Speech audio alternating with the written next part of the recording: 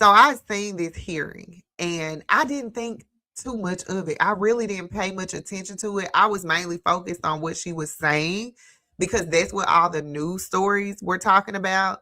The news was just, saying she was exercising her Fifth Amendment rights, and she said that she would only talk if Donald Trump granted her clemency.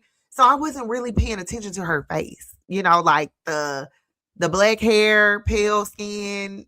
I just assumed it was her. Why would I think, or why would anyone think that it may not actually be her, until I came across this video by Melanie King where people are saying that her appearance, her being Ghislaine Maxwell, her appearance was different. So I'm going to play the video in the My personal background belief, as I've told you, is as she talks, but I'm gonna scroll up a little bit. As you can see, there is a different nose shape on this person who is supposed to be Ghislaine Maxwell. And I thought when I saw this video, I was like, wait a minute.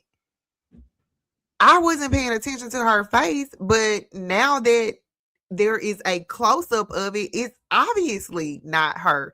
In my opinion, y'all know those masks, or well, it's not a mask, but it's like those glasses that people buy where it has the fake nose and the mustache. That's what I feel like it looks like. And we already know that there are advanced silicone masks out there. I remember during the pandemic, there was some videos about these masks going viral on TikTok. So they most definitely can create masks that look like real human faces that someone just slips on. And it's clearly a different person from who we have known Ghislaine Maxwell to be and how we have known her to look. And a lot of people pointed out not just the nose, but the chin is different. The ears are different. And they always mess up the earlobes when they try to get us to believe that these people are who they say they are. They always mess up the earlobes. And I'm just wondering, like, could you be, are y'all going to be that sloppy? Or is it that you're just in a race against time and you're trying to hurry up and put something out there that you're not thinking about what you're doing? Because that's clearly not the same woman. And this is dangerous on so many levels, y'all. When I think about the Epstein files and as I learn more about it, it honestly has me reconsidering my fear of the end times. Like, for real, for real. At this point, I'm like, you know what? It might be a little scary, but what we dealing with, I just can't take no more. I cannot take hearing that this stuff is really going on.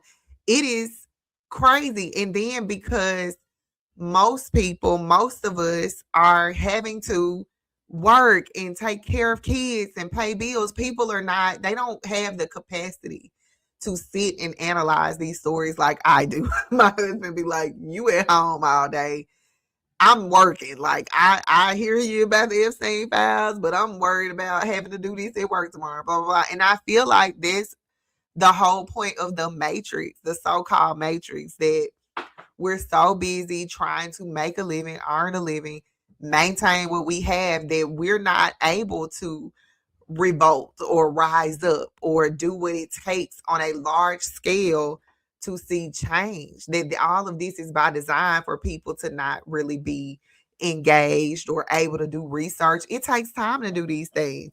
So it's just dangerous. It's dangerous. It's scary to know that these things are happening. Once it happens, like it has been, there's a little bit of uproar, but no justice is served. Nothing happens. And we go back to living life as normal till the next scandal comes up. In my opinion, that's giving the powers that be a signal that it doesn't matter what you do. We'll just fall in line and keep on living life, paying bills, going to work, and we'll just accept it. That's what it's looking like to me. Now, I'm not shaming or blaming anybody if you have not been able to look into this the way that you want to, or the way that I feel like we should be.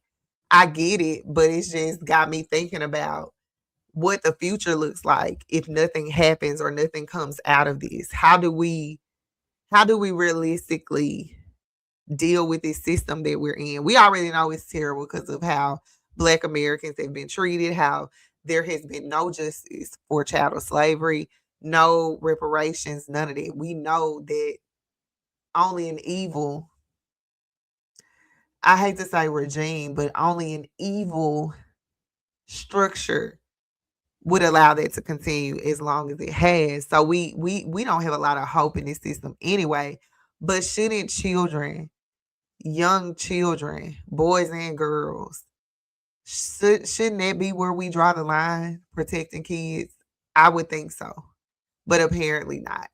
The government has not prosecuted anyone, has not, as far as I know, investigated any of this. And the stories that are coming out are just unbelievable, completely unbelievable. But let me know what y'all think about this. Do you think that this is really Ghislaine Maxwell, or is this just another ruse by the government to get people to just move along with their lives and let this go? Let me know what y'all think.